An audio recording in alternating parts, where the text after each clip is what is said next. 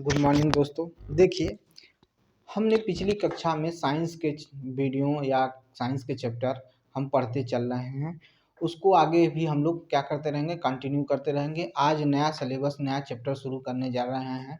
देखिए, क्लास 9 का social science हम आज से शुरू करने जा रहे हैं। ठीक है, सोशल साइंस में पहला चैप्टर है भारत का आकार एवं स्थिति, जिसे इंडिया साइज एंड लोकेशन कहते हैं। हम इन चैप्टर के बारे में आज पढ़ेंगे।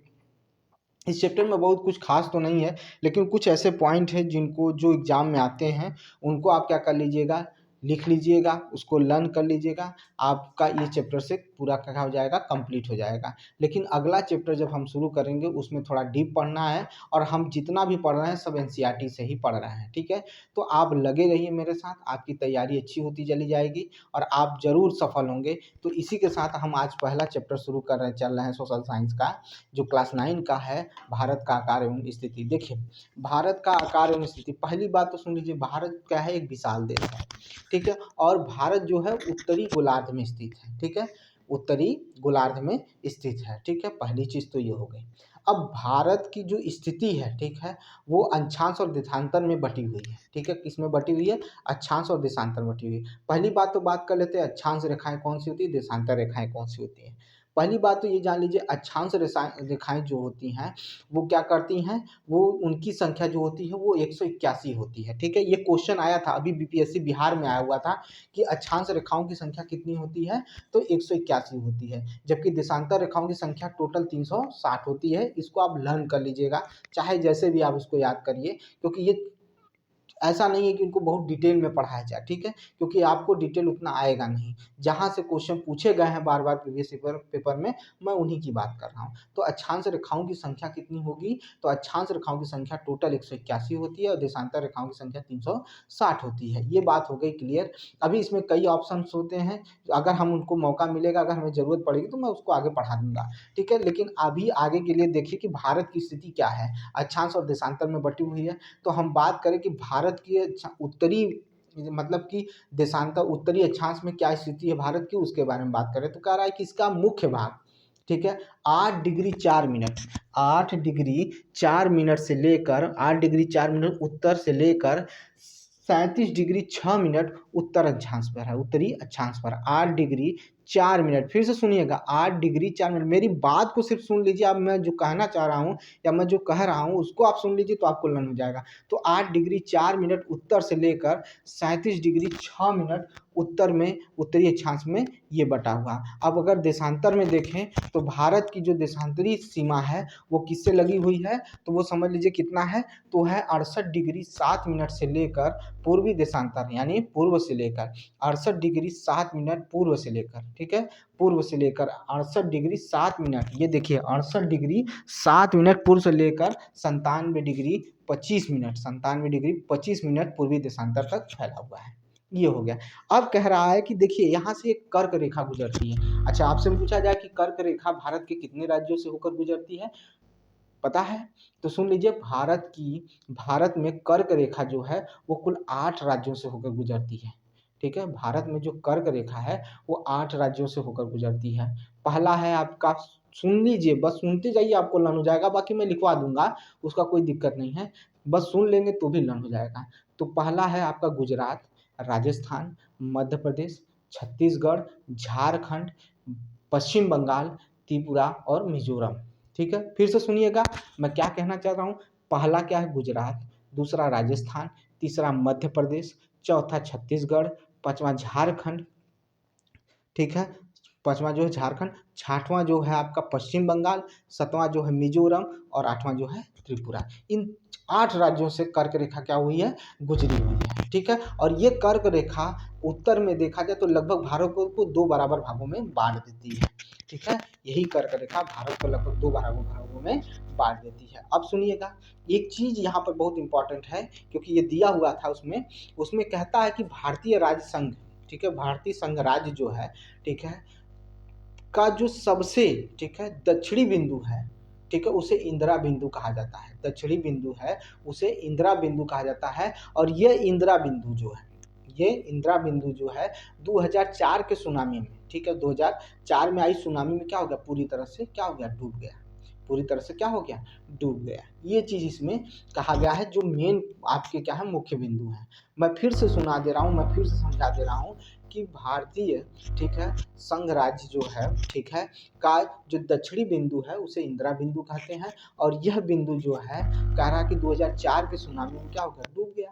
ठीक है, अब ये सुनिएगा, भारत का कुल क्षेत्रफल, ठीक है, भौगोलिक क्षेत्रफल क्या है, भारत का कुल क्षेत्रफल जो है, ठीक है, भारत का कुल क्षेत्रफल कितना है, तो 32.8 वर्ग किलोमीटर है। कितना है, तो 32 देखिए 32.8 वर्ग, 32.8 लाख वर्ग किलोमीटर। ठीक है, 32.8 लाख वर्ग किलोमीटर है भारत का कुल क्षेत्रफल।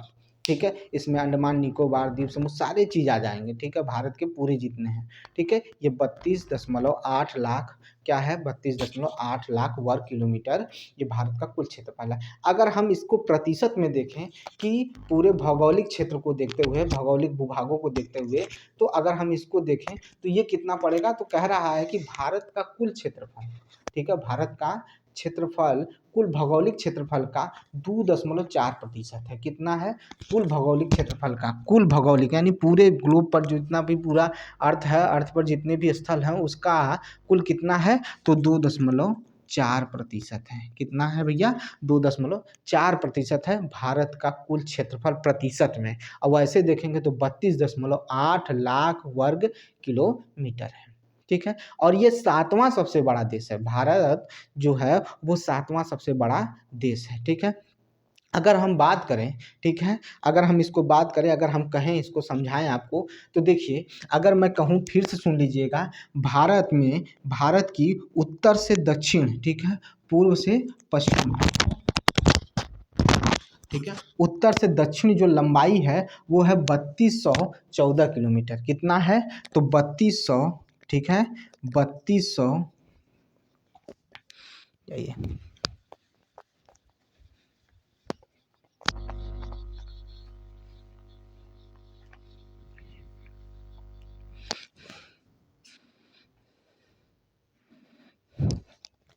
3214 किलोमीटर, ये उत्तर से दक्षिण क्या है, इसकी भारत की लंबाई है 3214 किलोमीटर। अगर हम बात करें पश्चिम से पूर्व, ठीक है, तो अगर हम देखें तो 2933 किलोमीटर है।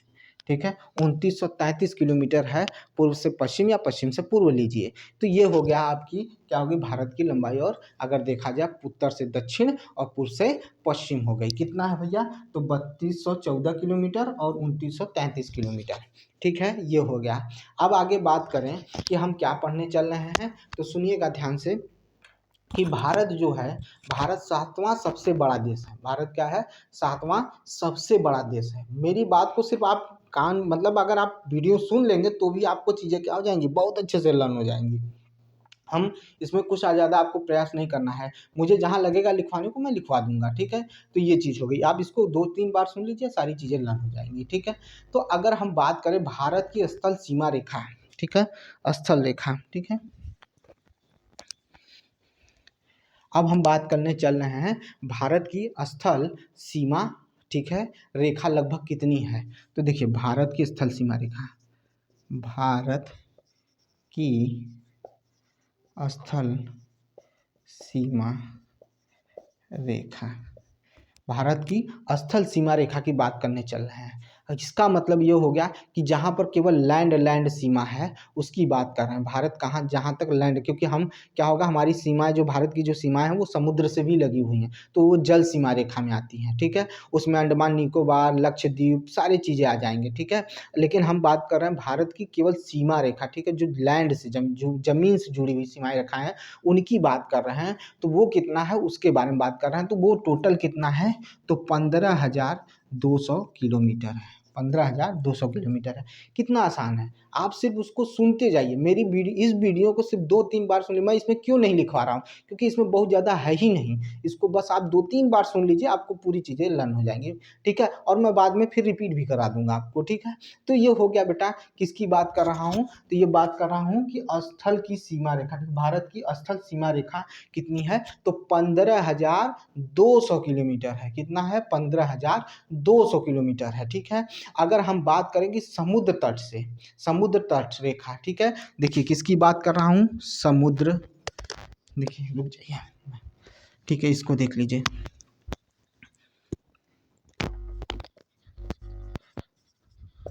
समुद्र तट रेखा की लंबाई, समुद्र तट रेखा की, चलिए ऐसे लिख लीजिए, लंबाई, समुद्र तट रेखा की लंबाई, समुद्र तट रेखा की लंबाई की बात करने चल रहे हैं। किसकी बात करने चल रहे हैं, तो समुद्र तट रेखा की लंबाई। अब इसमें समुद्र तट रेखा की लंबाई का मतलब ये समझिएगा कि मैं इसमें अंडमान निकोबार द्वीप समूह और लक्षद्वीप समूह को मिलाकर बात कर रहा हूँ, ठीक है। किसको किसको, तो अंडमान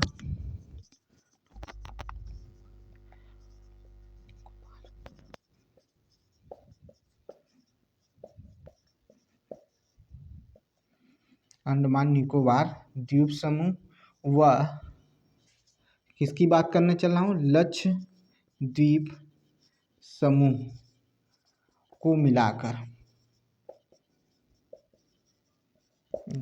लक्षद्वीप समूह को मिलाकर किसकी किसकी बात करने चल रहा हूँ, देख लीजिए।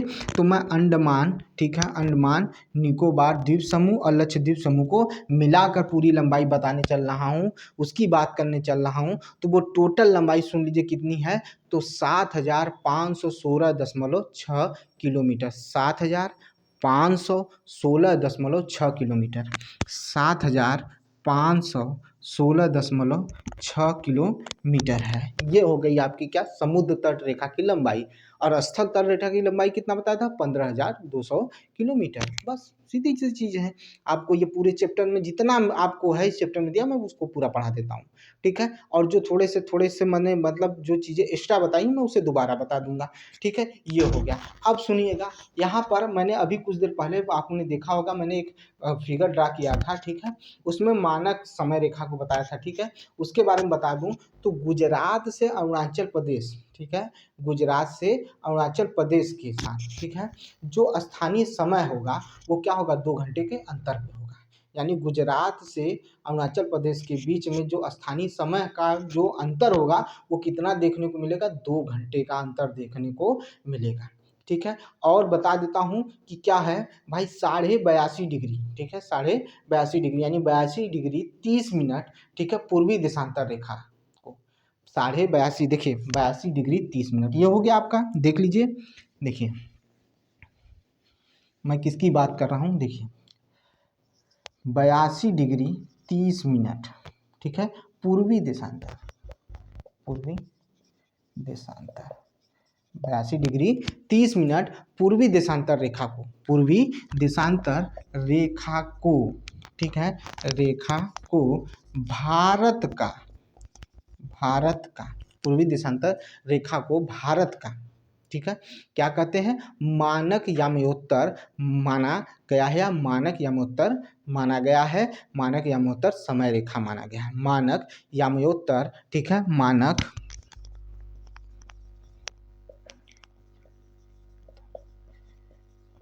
ठीक है, मानक याम्योत्तर माना गया है,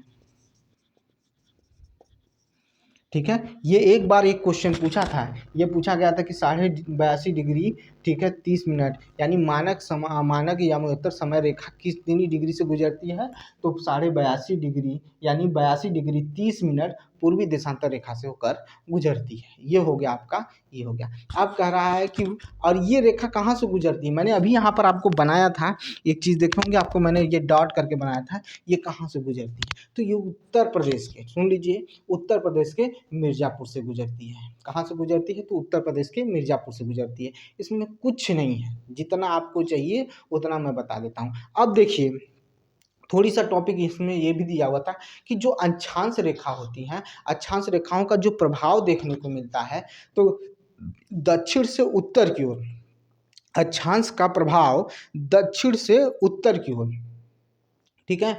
दक्षिण से उत्तर की ओर, दक्षिण से उत्तर की ओर, दक्षिण से उत्तर की ओर, ठीक है। उत्तर दक्षिण पूर्व पश्चिम होता है ना, तो दक्षिण से उत्तर की ओर, ठीक है। किसका? तो अक्षांश का प्रभाव देखने को मिलता है। और इससे क्या मिलता है? तो दिन व रात की अवधि का पता चलता है, ठीक है। दिन और रात की अवधि का प्रभाव देखने को मिलता है, ठीक है। ये हो गया आपका। अब देखिए इसी में दिया हुआ है कि सन 1869 में, किसकी बात कर रहा है? 1869 में, सन 1869 में, सन 1869 में स्वेज नहर के खुलने से, किसके खुलने से? स्वेज नहर के, स्वेज नहर के खुलने से, स्वेज नहर के खुलने से 1869 में जब स्वेज नहर खुल गया, और इसके खुलने की वजह से भारत, ठीक है, स्वेज नहर जो है उसके खुलने की वजह से भारत और यूरोप के बीच की जो दूरी थी, ठीक है, भारत और यूरोप, किसकी बात कर रहा है भैया? तो भारत व यूरोप, ठीक है, भारत और यूरोप की बात कर रहा है, कि बीच की जो दूरी थी वो दूरी जो हो गई 7000 किलोमीटर कम हो गई। 7000 किलोमीटर के बीच की दूरी, दूरी, ठीक है, 7000 किलोमीटर क्या हो गई? 7000 किलोमीटर कम हो गई, ठीक है। किसकी वजह से? स्वेज नहर के खुलने की वजह से। स्वेज नहर कब खुली? तो 1869 में खुली। कब खुली भैया? 1869 में खुली स्वेज नहर, ठीक है। स्वेज नहर को खुलने से भारत और यूरोप के बीच की दूरी 1869 में जब ये खोला गया, तो उसकी वजह से भारत और क्या कहते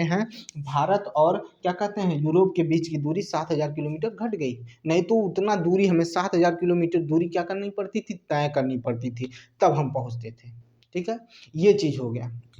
अब देखिए भाई, अब बात कर लेते हैं भारत के पड़ोसी देश, क्योंकि इसमें थोड़ा सा दिया हुआ था, मैंने उसको थोड़ा सा चाहा कि मैं डिटेल में थोड़ा सा बता दूं आपको। तो देखिए पहली बात तो भारत के पड़ोसी जो देश हैं, पड़ोसी देशों की संख्या की बात आती है कि भारत में जो पड़ोसी देश हैं उनकी संख्या कितनी है, ठीक है।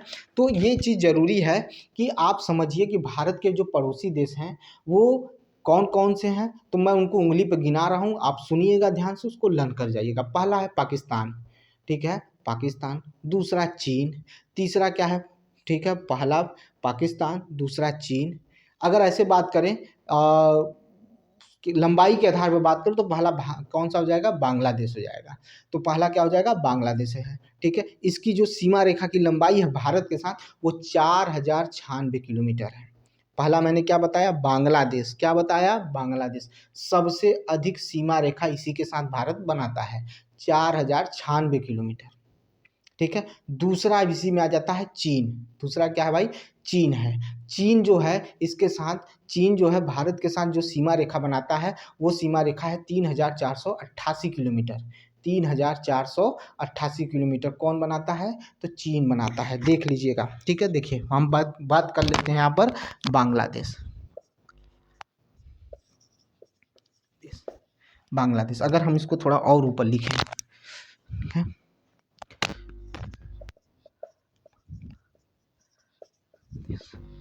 बांग्लादेश, ठीक है।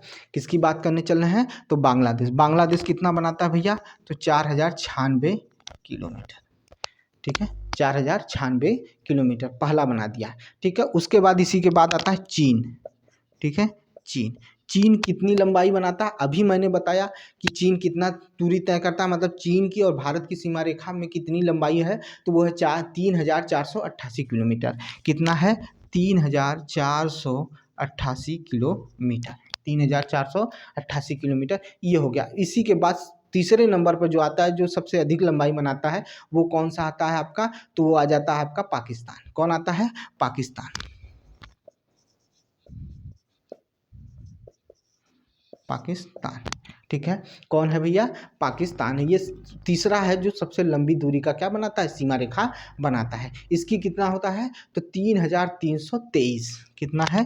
3323 किलोमीटर, 3,323 किलोमीटर ये क्या बनाता है, भारत का सीमा बनाता है। इसके बाद दूसरे नंबर पर कौन आता है, तो उसके नहीं दूसरे सॉरी चौथे नंबर पर कौन आता है, तो नेपाल आता है। अपना कौन आता है, नेपाल आता है। कितना बनाता है भाई नेपाल, नेपाल कितना बनाता है, तो 1751 किलोमीटर, 1751 किलोमीटर कौन बनाता है, नेपाल बनाता है। इसके बाद कौन आता है, तो म्यांमार आता है। क्या आता है, म्यांमार, म्यांमार कौन आता है, तो म्यांमार आता है। म्यांमार कितना बनाता है, तो 1643 किलोमीटर, 1643 किलोमीटर कौन बनाता है, तो मेरा म्यांमार बनाता है। म्यांमार के बाद कौन आएगा, भूटान आएगा। कौन आएगा भैया, भूटान आएगा।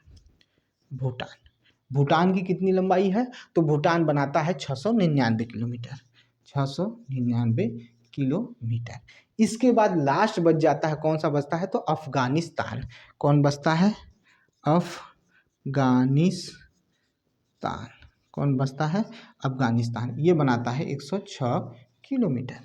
कितना बनाता है, 106 किलोमीटर। देख लेते हैं कितने देश हैं, तो आपका है 1 2 3 4 5 6 7, कुल 7 देश जो है भारत के साथ क्या बनाते हैं, सीमा बनाते हैं। आपको मैंने लिखा भी दिया, फिर से सुन लीजिए। भारत के साथ सबसे लंबी सीमा बनाने वाला बांग्लादेश है, 4096 किलोमीटर। उसके बाद आपका चीन है, 3488 किलोमीटर, ठीक है। उसके बाद पाकिस्तान है, 3323 किलोमीटर। उसके बाद नेपाल है, 1751 किलोमीटर, ठीक है। उसके बाद कौन सा आता है आपका, तो म्यांमार आ जाता है, 1643 किलोमीटर। उसके बाद भूटान आ जाता है, 699 किलोमीटर। उसके बाद अफगानिस्तान आ जाता है। ये सारे क्या है, भारत का सीमा बनाते हैं, ठीक है। जब हमें इनकी ज़रूरत पड़ेगी, अभी तक तो ऐसे क्वेश्चन नहीं आए हैं जो मतलब इनसे रिलेटेड हो। अगर है तो मैं उनको देखता रहूँगा और आपको क्या करता रहूँगा, उनका डिटेल देता रहूँगा। चलिए आगे देखते हैं। सुनिए, स्वतंत्रता के पहले, ठीक है, 1947 से पहले जो था, भारत को 2 राज्यों में बांटा गया था, ठीक है। भारत केवल 2 प्रकार के राज्यों में बटा हुआ था, ठीक है। तो वो 2 राज्यों को क्या नाम से जाना जाता था, वो देख लीजिए, ये देख लीजिए, ठीक है। चलिए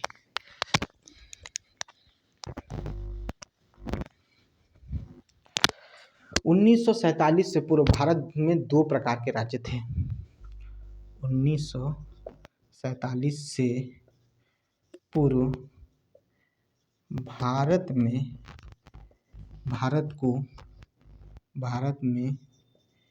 केवल 2 प्रकार के राज्य थे, ठीक है। 2 प्रकार के राज्य कौन कौन थे भैया, तो एक था प्रांत और दूसरा कौन था, ये हो गया पहला। दूसरा कौन था, तो दूसरा था भैया रियासत। दूसरा कौन था, रियासत। पहला क्या था, प्रांत, और दूसरा क्या था, रियासत था।